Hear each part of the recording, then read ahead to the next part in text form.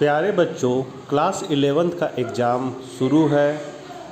Economics विषय का arts, science, commerce तीनों विषय के संकाय में एक ही चीज़ पढ़ना है और एक ही क्वेश्चन इम्पॉर्टेंट है। केवल एग्ज़ाम अलग अलग होता है। साइंस कॉमर्स का आपका कल एग्ज़ाम है और आर्ट्स वाले का बाद में है, लेकिन पढ़ना सबको एक ही है। तो भारतीय अर्थव्यवस्था की चुनौती जो आपका सेकेंड टर्म में इकोनॉमिक्स में सिलेबस में आपका दिया हुआ है, उसी से मैं आप लोगों को निधनता टॉपिक से महत्वपूर्ण सब्जेक्टिव क्वेश्चन बताने वाला हूं। अपने चैनल इकोनॉमिक्स प्लस पर नए हैं तो चैनल को जरूर सब्सक्राइब कर ले, घंटी के आइकन को दबाकर ऑल नोटिफिकेशन ऑन कर ले, क्योंकि जब भी मैं वीडियो डालूंगा सबसे पहले आपको पता चल जाएगा। और वीडियो को अर्थशास्त्र के बच्चों तक जरूर शेयर करें, चाहे वो आर्ट्स के हो, साइंस के हो, चाहे कॉमर्स के हो। तो चलिए हम लोग आज कुछ नया सीखते हैं। तो पहला आपका निर्धनता में क्वेश्चन है, निर्धनता की परिभाषा दीजिए। तो शाहीन रफ़ी खान और डेनियन कलेन के शब्दों में निर्धनता भूख है। निर्धनता बीमार होने पर चिकित्सक को ना दिखा पाने की व्यवस्था है। निर्धनता स्कूल में न जाने और निरक्षर रह जाने का नाम है। निर्धनता क्या है? बेरोजगारी है। निर्धनता भविष्य के प्रति भय है। निर्धनता दिन में एक बार भोजन पाना। निर्धनता अपने बच्चों को उस बीमारी से मरते देखने को कहते हैं जो अस्वच्छ पानी पीने से होता है। निर्धनता शक्ति, प्रतिनिधित्वहीनता और स्वतंत्रता की हीनता का नाम है। संक्षेप में निर्धनता से अभिप्राय है जीवन, स्वास्थ्य और कार्यकुशलता के लिए न्यूनतम उपभोग आवश्यकताओं की प्राप्ति की अयोग्यता। तो बच्चों, इतना नहीं भांजने की जगह आप यहाँ से जीवन से लेकर अयोग्यता तक भी लिखेंगे तो आपका सही हो जाएगा। अगला क्वेश्चन है बच्चों, काम के बदले अनाज कार्यक्रम का क्या अर्थ है? तो काम के बदले अनाज कार्यक्रम देश के 150 सर्वाधिक पिछड़े जिलों में इस उद्देश्य के साथ शुरू किया गया ताकि पूरक वेतन रोजगार के सृजन को बढ़ाया जा सके। इस कार्यक्रम के अंतर्गत मुख्यतः जल संरक्षण, सूखे से सुरक्षा और भूमि विकास संबंधी कार्य संपन्न कराए जाते हैं और मजदूरी के न्यूनतम 25% का भुगतान नगद राशि में तथा शेष भुगतान अनाज के रूप में किया जाता है। इस योजना के अंतर्गत देश में प्रत्येक परिवार के सक्षम व्यक्ति को 100 दिनों के लिए न्यूनतम मजदूरी पर रोजगार देने का प्रावधान है। यह कार्यक्रम 100% केंद्र प्रायोजित है। अगला इंपॉर्टेंट क्वेश्चन है बच्चों, ग्रामीण और शहरी क्षेत्रों में स्वरोजगार का एक एक उदाहरण दें। तो ग्रामीण क्षेत्र में जब एक किसान अपने भूमि पर अपने निजी संसाधनों का प्रयोग करके फसलों का उत्पादन करता है, यह स्वरोजगार कहलाएगा। इस प्रकार शहरी क्षेत्र में जब कोई आदमी एक दुकान खोलकर उसे चलाता है तो वह भी स्वरोजगार श्रमिक कहलाएगा। अगला क्वेश्चन है, आय अर्जित करने वाली परिसंपत्तियों के सृजन से निर्धनता की समस्या समाधान किस प्रकार हो सकता है?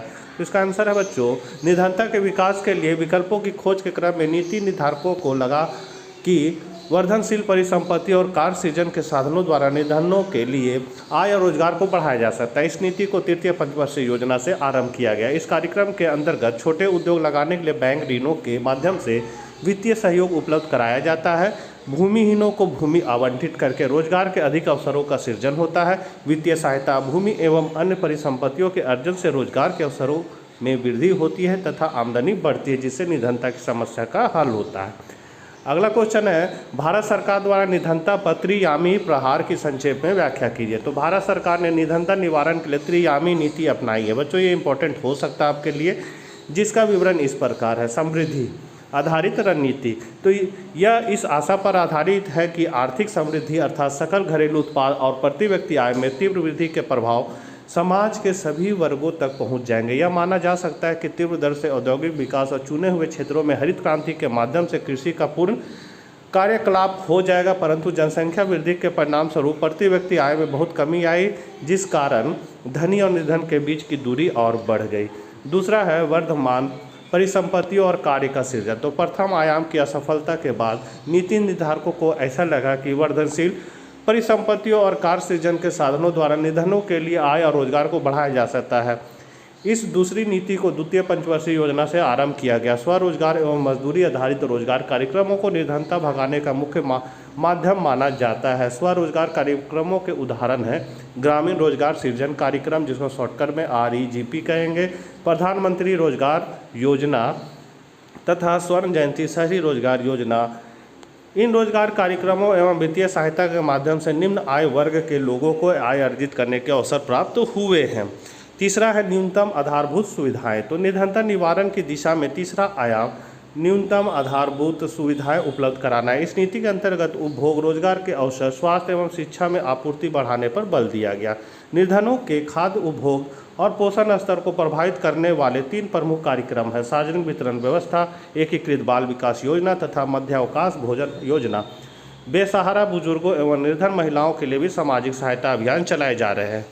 अगला क्वेश्चन है, सरकार ने बुजुर्गों, निर्धनों और असहाय महिलाओं के सहायतार्थ कौन से कार्यक्रम अपनाए हैं? तो सरकार ने बुजुर्गों, निर्धनों और असहाय महिलाओं की सहायतार्थ निम्नलिखित कार्यक्रम अपनाए हैं: सामाजिक सुरक्षा बीमा योजना जो 1979 से 80 ईस्वी तक रहा, राष्ट्रीय वृद्धावस्था पेंशन योजना 1994-95 में लागू किया गया, राष्ट्रीय पारिवारिक लाभ योजना है, राष्ट्रीय मातृत्व लाभ योजना, प्रजनन एवं बाल स्वास्थ्य कार्यक्रम, लक्ष्य आधारित खाद्यान्न वितरण कार्यक्रम, महिला सर्वशक्ति योजना, अन्नपूर्णा योजना, महिला स्वयं सिद्ध योजना, महिला स्वाधार योजना, वरिष्ठ पेंशन योजना, जननी सुरक्षा योजना, सार्वजनिक स्वास्थ्य बीमा योजना, आशा योजना, एकल बालिका निःशुल्क शिक्षा योजना, राजीव गांधी किशोरी सशक्तिकरण स्कीम सबला और इंदिरा गांधी मातृत्व सहयोजना। बच्चों, वर्ष को आप लोग यहाँ से देख के लिख लीजिएगा।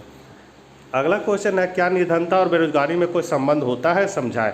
तो निर्धनता का संबंध व्यक्ति के रोजगार एवं उसके स्वरूप से भी होता है, जैसे बेरोजगारी, अल्प रोजगार, कभी कभी काम मिलना आदि। अधिकांश शहरी निर्धन या तो बेरोजगार हैं या अनियमित मजदूर हैं, जिन्हें कभी कभी रोजगार मिलता है। ये अनियमित मजदूर समाज के बहुत ही दयनीय सदस्य हैं, क्योंकि इनके पास रोजगार, सुरक्षा, परिसंपत्ति या वांछित कार्यकौशल, पर्याप्त अवसर तथा निर्वाह के लिए अधिशेष नहीं होते हैं।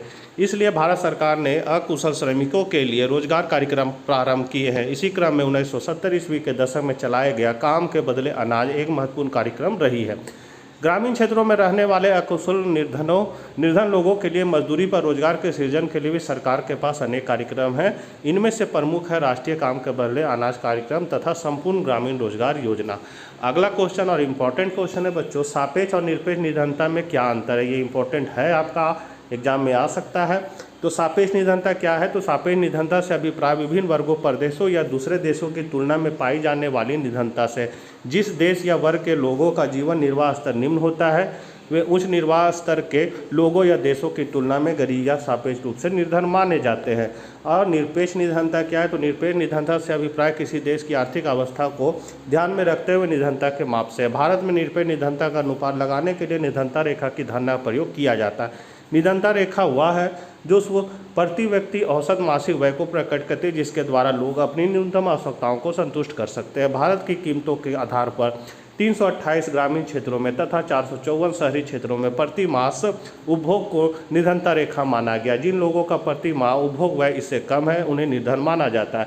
कैलोरी की दृष्टि से निर्धनता रेखा की सीमा ग्रामीण क्षेत्रों में 2400 कैलोरी और शहरी क्षेत्रों में 2100 कैलोरी है। अगला क्वेश्चन है, मान लीजिए कि आप एक निर्धन परिवार से और छोटी सी दुकान खोलने के लिए सरकारी सहायता पाना चाहते हैं। आप किस योजना के अंतर्गत आवेदन देंगे और क्यों? तो बच्चों, ये इंपॉर्टेंट नहीं है, इसको छोड़ सकते हैं आप लोग। फिर भी अगर देखना है तो देख लीजिए, इसको उतार लीजिएगा आप लोग, ये इंपॉर्टेंट नहीं है।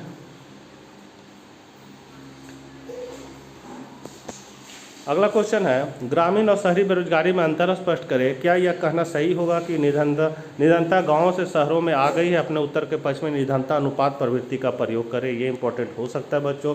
तो दिए गए तालिका और चित्र भारत में निर्धनता प्रवृत्तियों के ग्रामीण शहरी परिदृश्य को प्रस्तुत करते हैं। ग्रामीण क्षेत्र में पाए जाने वाले निर्धनता शहरी निर्धनता की तुलना में अभी भी अधिक है। जैसा कि आप चार्ट में देख सकते हैं, गरीबी की जनगणना का अनुपात ग्रामीण, शहरी व कुल प्रतिशत, वर्ष दिया हुआ है, ग्रामीण, शहरी और कुल यहाँ दिया हुआ है।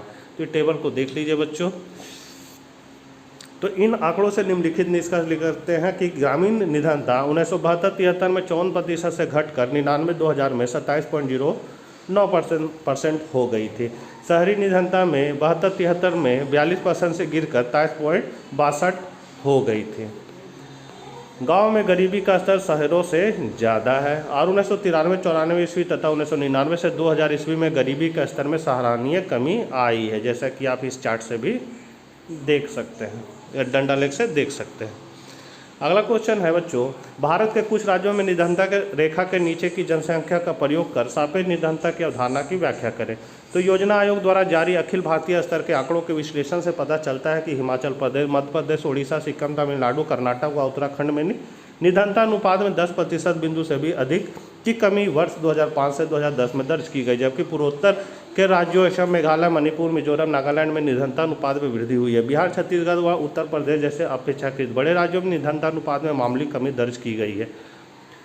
योजना आयोग के इन आंकड़ों के अनुसार 2009 से 10 में देश में निर्धनों की सर्वाधिक संख्या वाले राज्य क्रमशः उत्तर प्रदेश, बिहार व महाराष्ट्र है, जबकि निर्धनता अनुपात की दृष्टि से पहले 3 स्थान क्रमशः बिहार, छत्तीसगढ़ व मणिपुर के हैं।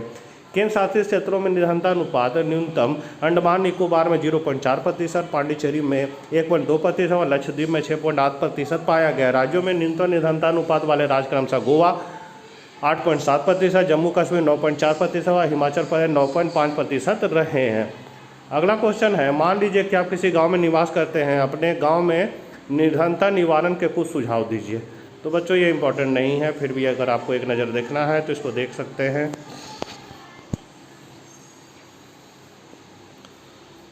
तो बच्चों मिलते हैं इसके सेकंड पार्ट के वीडियो में कुछ और महत्वपूर्ण प्रश्नों के साथ, जिसको बनाने में भी समय लगेगा। तब तक के लिए आज्ञा दीजिएगा। Bye bye.